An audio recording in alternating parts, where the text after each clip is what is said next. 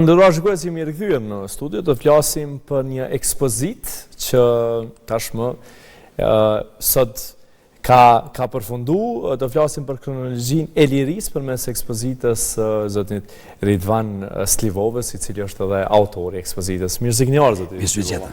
Faleminderit shumë për kohën. Këtë ekspozit e keni marrë shkas ta bëni për shkak të dëshmorëve të Prishtinës apo jo, si ide, po normalisht na plotson idenë e juaj.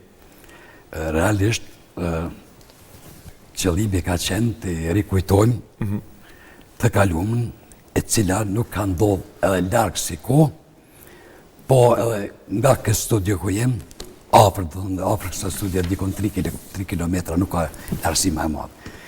Në më thonë, unë do të quaj propos që gjithë e quajnë masakra e Gollakut, realisht është edhe masakra e Prishtinës.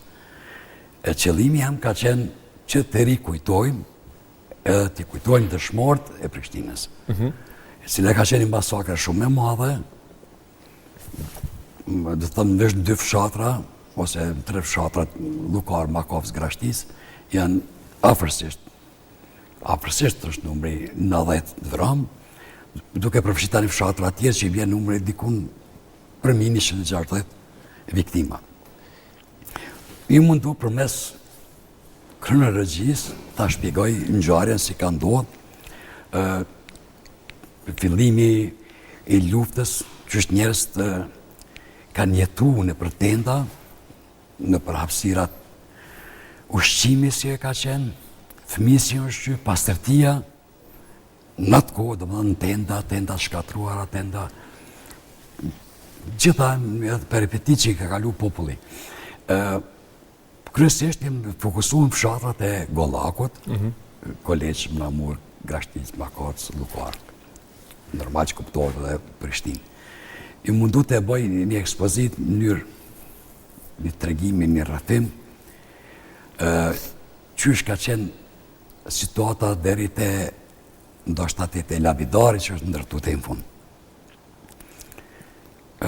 Fillimisht, ata që tash edhe parzit, kom pasqyru njerëz si kanë jetu, si kanë met në tenda në shkolla, fillon tani muajin prill, fillon në kolona, Gollakët e njoftën, si, do të thonë edhe, ato fillon ajo masakra e madhe, 3 ditore, i mundu t'i përfshi gjitha pamjet, as me ato mundësi që i kishëm, arsyeja ka qenë edhe teknike, edhe friga dhe gjithasë isha vetë bashkëpunëtari kësaj kolone. Isha edhe problemi teknik s'kisha filmat mjaftueshëm.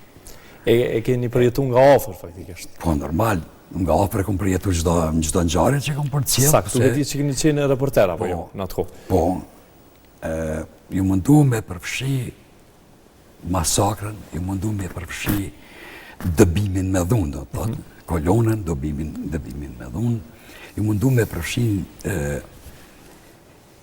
pjesën e shkatrimit shtëpive, shkollave, objekte fetare. Këto pamje që janë...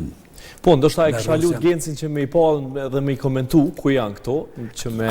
Kjo është... Po e shini jo vetë. Mundi komentoj me këto disa për fotografive. Këtë djallë që është, unë para prakisht edhe një fotografi është një më shumë të shtëpia shkatruar. Unë i kom morë 2 gjenerata. Po. Edhe një shtëpi është totali e shkatruar, është të gjajka e shkatruar. Po, kom morë edhe shkollën e shkatruar, pasimin. Nështë fotografit mija janë simbolike, e kanë se cila tregimin e veçanë. Se cila rrëfimin e saj, edhe historinë apo jo? Edhe historinë e vetë. Pikrisht, hyrin e këforit, ose trupat e NATO-s kërënën, në kom qëllu të shpia dhe në lagjet ime, të hani dilit e kodra trimav, janë pamjet ato. Me qëta të ta në kom fillu në terin, këtë është pamjet në fshatë në Llukar, shkatrimi ku edhe këtu jënë gjithë varreza masive. Këtu ka pas varreza masive, edhe shihen edhe pamjet çdo gjë që është shkatruar. Janë gjitha zotë Ridvan nga dora jote të shkrepura, apo janë Kështu do thot nga gjitha rrëfime sepse janë shumë emocionale dhe me i pa në kuptimin apo ki marrë të uazuara, kjo është ideja. Gjitha është e jotja autentike. Jo, absolutisht. Kur një jetem, profesionin tem, se kom nga me të tjerë. Për koreksi, sepse... Jo, nëse atër, po, kom pas ekspozita bashka autor. E vërtet. Me bashka autor është... Jo, ideja është... Ideja është, këtë jam autorit gjitha fotografive. Shumë mirë. Jo, qësh di është sot kur i shë, zoti Stivoa, faleminderit shumë që na kisje. Kjo është ndërhyrja e natës atë ditë. Urdhë? Kjo fotografi, tash që e shohim, është trupat e natës kur kanë ardhur. Që i përmendëm më herët apo jo? Kjo është fiks është me dresja. Të kthejnë këto në kujtime, zoti Stivoa, këto fotografi, pasi që to sidomos besoj ky ka qenë qëllimi juaj, që gjeneratat e reja me i pa këto fotografi, shembull, të familjarëve, shini shembull kjo fotografi një moshuar që ka një fëmijë në krahët e tij, tregon sakrificën sublime që ai fëmijë sigurisht ka pas 5-6 vjet. Sot mund mi pas 30 sa vjet. Po mos të harrojmë, unë e kam qytetën dhe kronologjia e lirisë, arsyeja që këto koshjet është objekti i xhamisë, ku i mbishkrimin sërbe. Më thonë, sërbët i mundun me çdo kusht, vënojnë edhe mbishkrimi, mbi shtëpimi, që të bëjnë trauma tek popullata. Mos të harrojmë se deri te ato që kam titulluar kronologjia e lirisë, qëllimi im ka qenë që lufta është pjesa e fundit e vujtjeve të popullit tonë. Duke mos harruar që është vitet 90-at, dëbimi nga puna, dëbimi nga shkolla, shtëpit shkollë, helmimi në shkolla, ngjarje tjera në demonstrata, vrasjen e fëmijëve, ju mundu, pavarësisht që do të shpjegoj edhe tragjedinë, kemi pas një jetë paralele, që kemi pas edhe një jetë tjetër. Po, megjithatë, ju mundu ta përshkruaj ngjarjen edhe të shkatrimit të masës, domethënë policia serbe me çdo kusht është mundu te popullata e pambrojtur. Edhe qëllimi im ka qenë ky që çdo gjë që ka është e pambrojtur te unë të pasqyroj. Ilvan, sa fotografi janë gjithsej, sepse ka material shumë edhe ndoshta i pasë vështirë me i përzgjedh apo jo. Po, këto është faleminderit për këtë pyetje, fotografi. Këto fotografi e kam fondin e posaçëm me emrin dhe mbiemrin tim në Institutin e Krimeve të kryera gjatë luftës. Do t'i lutem gjithë atyne se sot është një adresë ku mujna të drejtojnë gjitha materialet që i ketë luftës, për krimet luftës, edhe une institutit ja kam dorëzu 237 fotografi dëshmi këtyne ngjarjeve.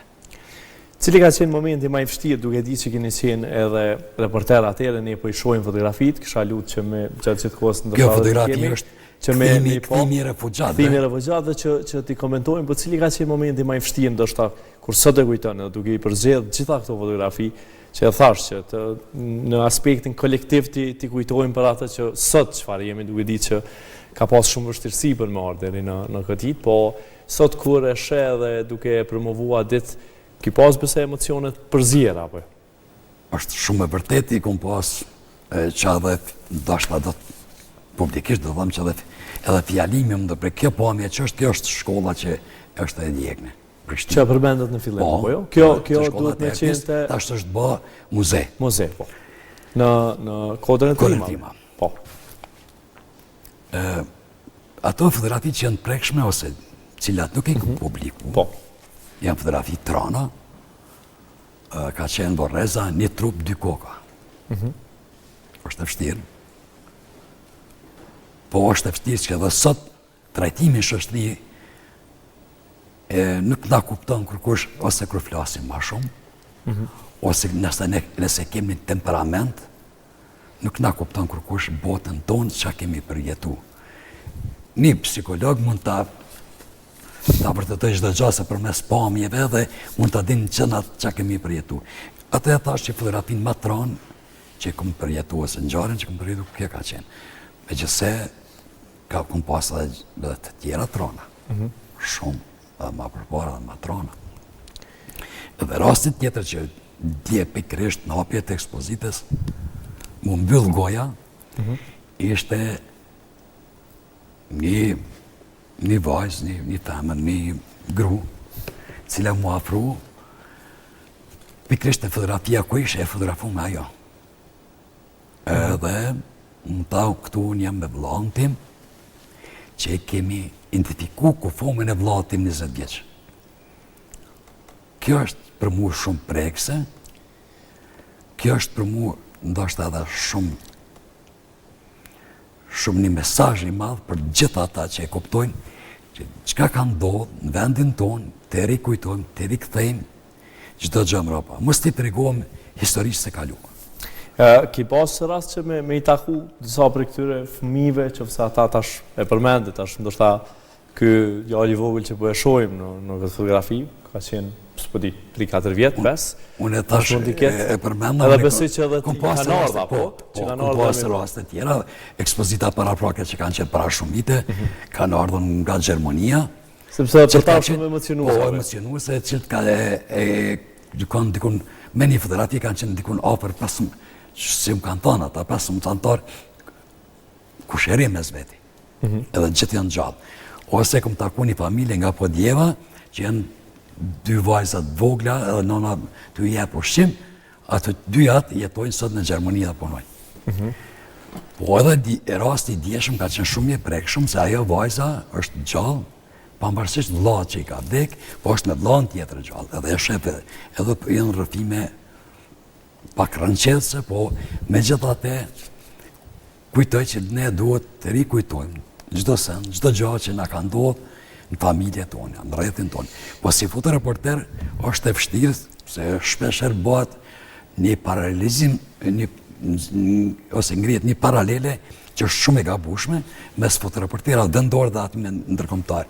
Arsyeja është, ti si shqiptar si ndjen veten kur një masakrum ka folë shqip, e tjetrit kur ti jesh i një populli tjetër. Sa është e rëndësishme zoti Slivova që me kjo po e thëmë që kja pjesa fotografi ka qenë në familjes Podjevës, të 2 vajza janë që jetojnë sot dhe jetojnë në Gjermani. Sa është të rëndësishme pjesa kolektive, ose po e thëmë kështu pjesa kujtesës, që gjeneratat e reja të shohin atë që e thatë që me të vërtet të mos harrojmë asnjëherë historinë, që të ecim përpara, po historia jonë është edhe më fuqishme në momentin kur besoj që edhe i publikojmë edhe e sheh gjithë bota, se me të vërtet çka ka ndodhur në këtë vend.